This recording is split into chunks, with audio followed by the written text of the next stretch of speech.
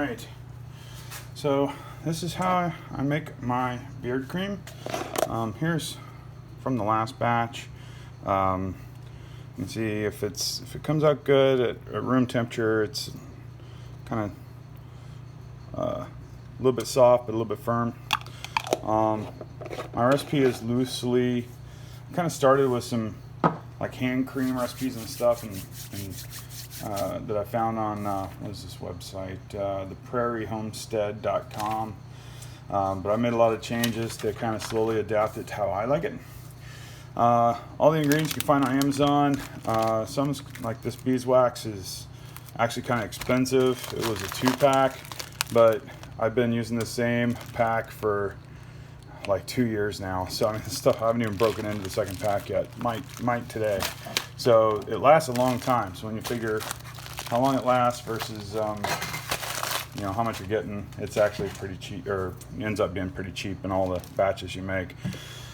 This is a small bottle of sweet almond oil. You can pick that up at Walmart, but it's kind of pricey. It was like $8 for this little bottle. That'll make a couple of batches worth. I got a big bottle that I got off Amazon that worked really well, so I just didn't feel like waiting on it this time. Raw shea butter. This one was from Walgreens, but this one was from Walmart. I've also gotten it off Amazon. So that's and then I like to use coconut butter, but it's not, I can't find anywhere in town that carries coconut butter, so I end up using coconut oil a lot instead. So this I believe came from Walmart. Might have come from one of the other grocery stores, but I know this one was Walmart because I just bought it. So coconut oil is what I end up using most of the time, unless I'm thinking ahead, and then I'll get the coconut butter. If you use coconut oil, it will make your end product a little more loose, so add a little more beeswax to compensate,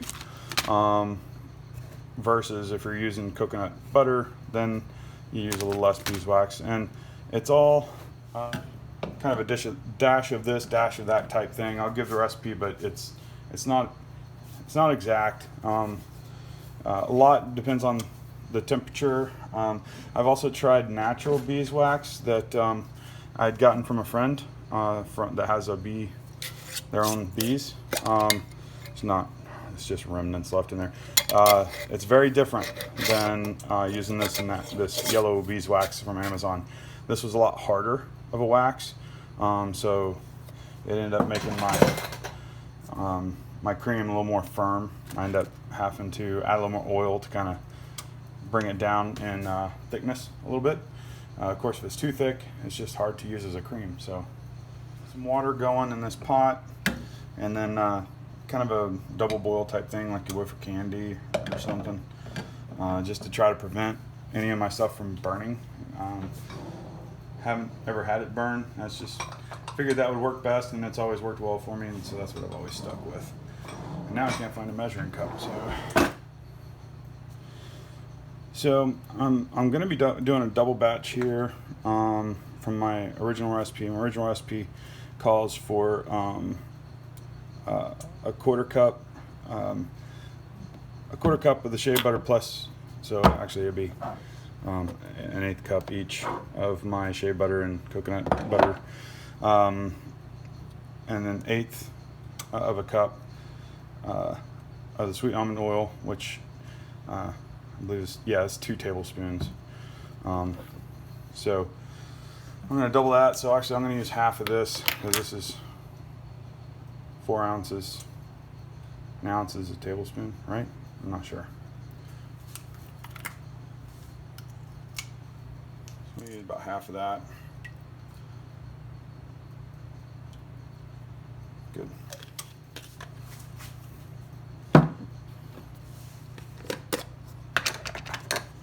And we're gonna do a quarter cup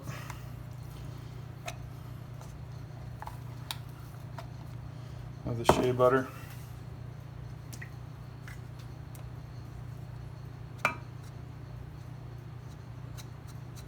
And you say, well, hey, that cup wasn't all the way full. That's a third cup. I can't find my quarter cup measuring cup right now, so I'm just guessing. Yeah, that should be about a quarter cup, give or take. Get down in there. And spoon.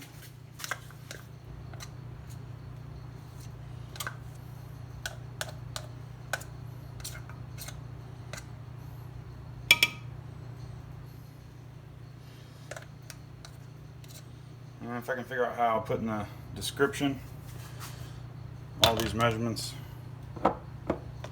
so you don't have to try to jot them down as I'm talking about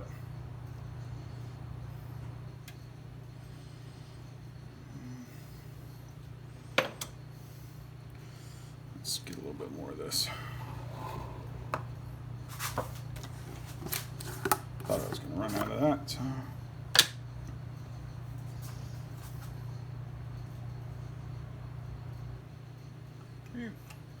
Yeah, that's probably about right.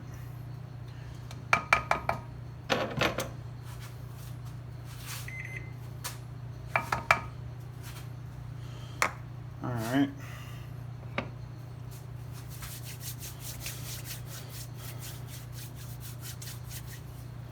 I'm going to use 4 tablespoons of beeswax. A tablespoon is because they're pelletized, you know, if I wanted to get exact, I'd have to melt it down and then measure it out, and I'm too lazy to do that, so and it just depends on how thick you like your cream. I like it a little bit thicker, so I overestimate a little on my tablespoons. That's 2,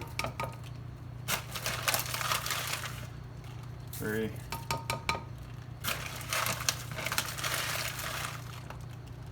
4, and then because I'm using coconut oil instead of coconut butter, I'm going to add a little more to compensate for that. I added about another tablespoon. I did not run out of that. The bag goes on.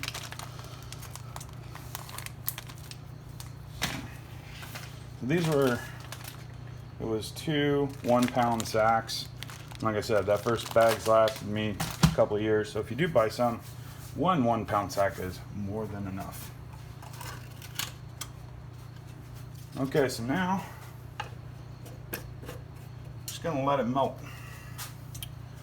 So I'm gonna see if you can see this here a little better.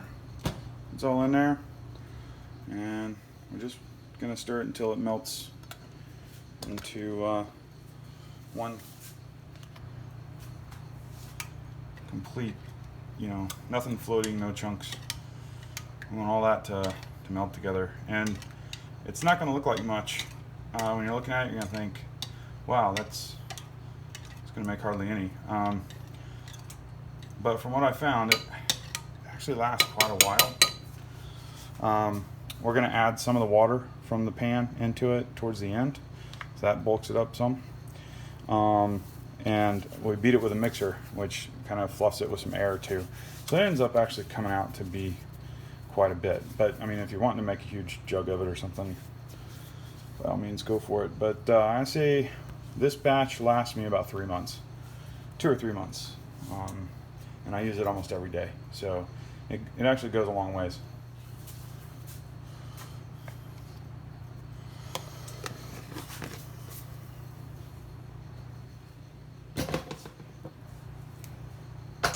While we're letting that cook down, see if I can get any more. Yeah, got some more gunk out of my measuring cup here. While I'm letting that cook down, talk a little bit about how I keep them. I started out using these little mason jars. When you buy them, they come like this. Usually a pack of like 4 or something with these little lids. But you can also buy these lids like this that, you know, are a lot easier than using the bands. You know, I don't like, that's constantly a hassle. So So I did these. These are great for traveling also, just taking a little bit with you. But for home, I tend to like these wide mouth jars. They're easy to get your fingers and stuff in to scoop out your product. And again, I buy these bigger lids for these. And then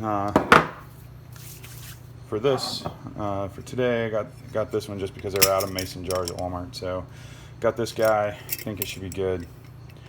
So that'd be nice. All right, cool.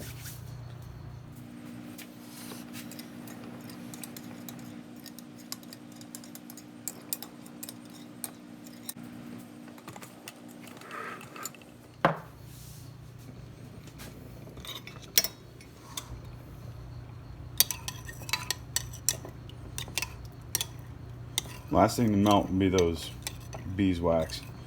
That's the stuff that takes the longest, takes the most heat.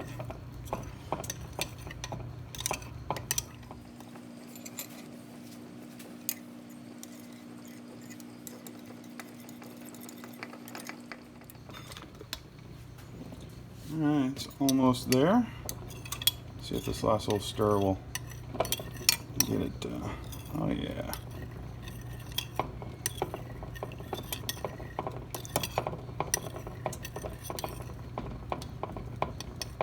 Don't see any more solid chunks of anything.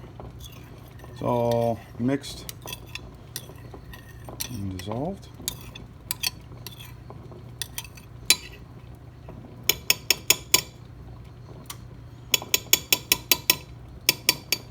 All right. So now, turn off the heat here.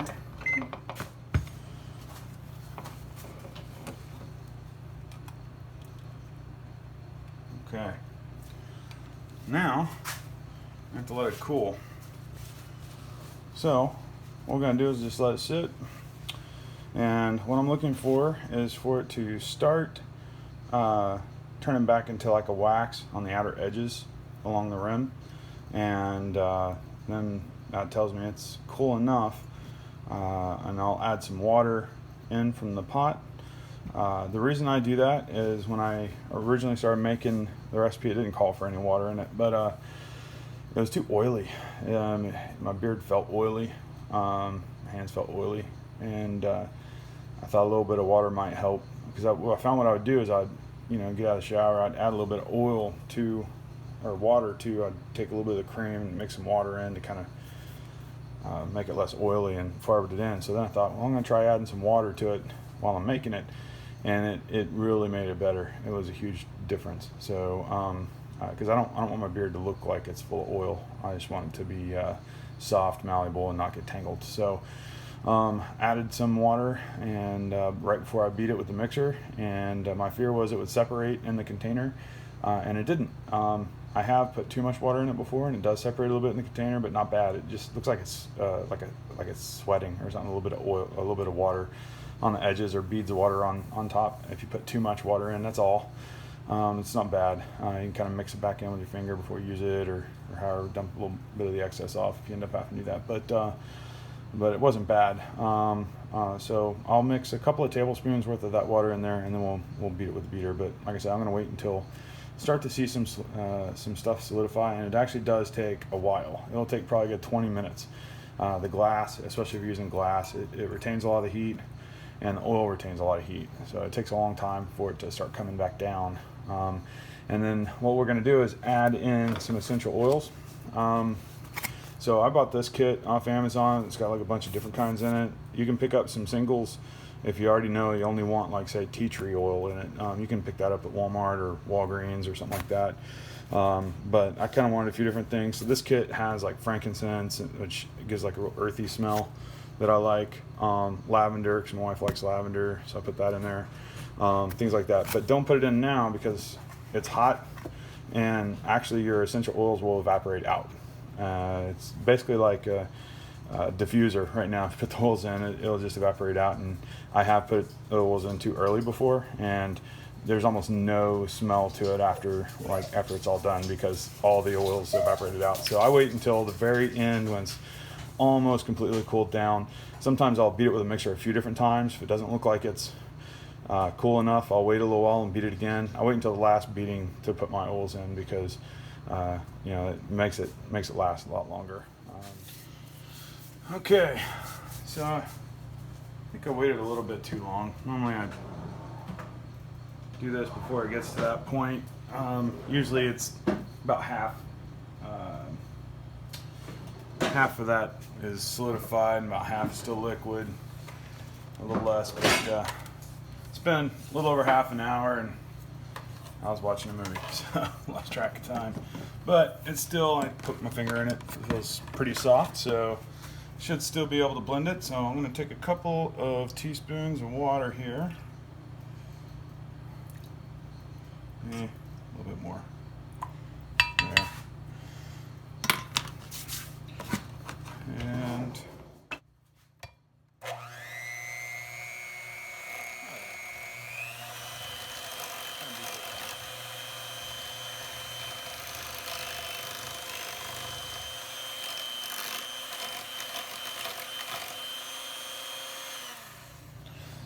blend it some more, but I'm going to go ahead and throw my essential oils in there since it's already cooled down quite a bit.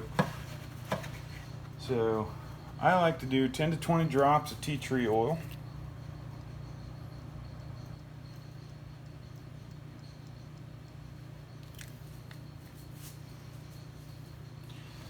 About 10 drops of eucalyptus.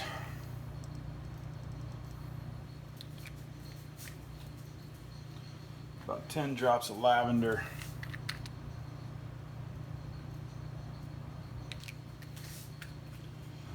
About 5 drops of rosemary.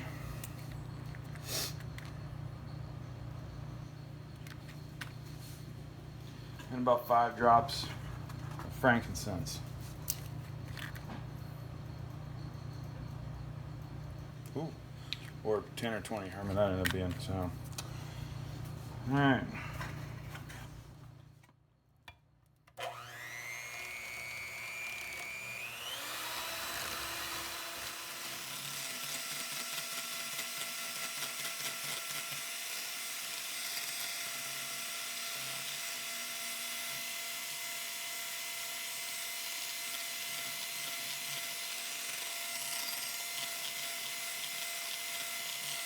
Still seems a bit oily. Add a few more, another tablespoon or so of water. Try not to overdo it.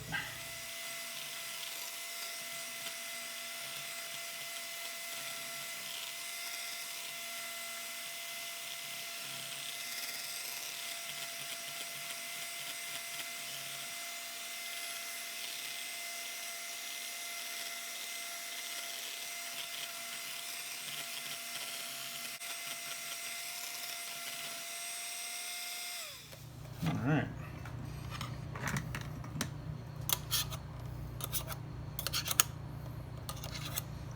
Scrape some of this off.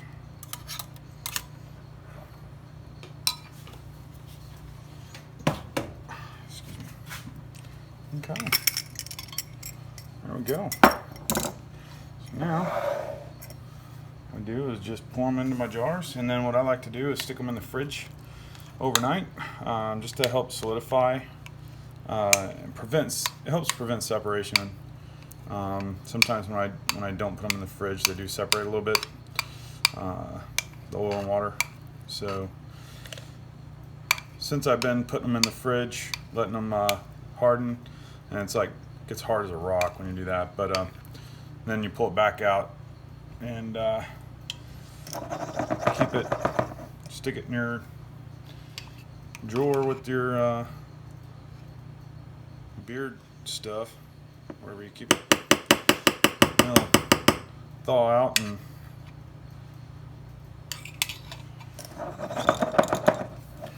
alright. Voila, thing of beard cream. So we'll stick it in the fridge, let it solidify, and then send it out. Should be good.